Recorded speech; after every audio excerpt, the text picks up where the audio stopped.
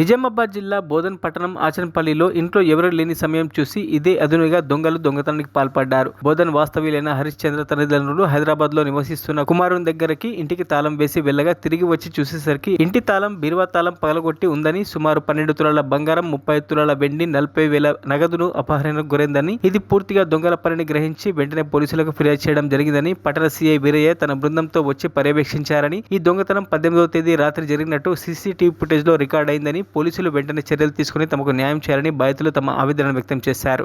Direct గా లోపలికి వచ్చారు తెలిసినట్టు. నా పేరు సోము నాగచంద్ర. మేము హైదరాబాద్లో ఉంటాము. మమ్మల్ని చూడడానికి మా అమ్మ మే 23వ తేదీ హైదరాబాద్ వచ్చింది. అప్పటి నుంచి మేము ఇంటి దగ్గర లేము.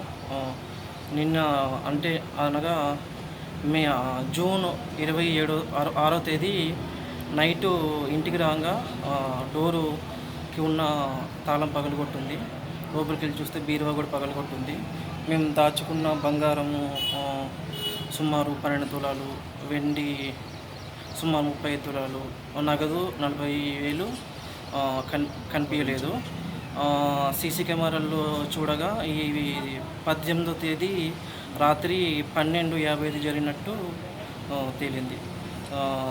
వెమ్మటే సమీపున్న పోలీస్ స్టేషన్లో ఇన్ఫార్మ్ చేయడం జరిగింది. మరిన్ని అప్డేట్స్ కోసం మా ఛానల్ని సబ్స్క్రైబ్ చేయండి.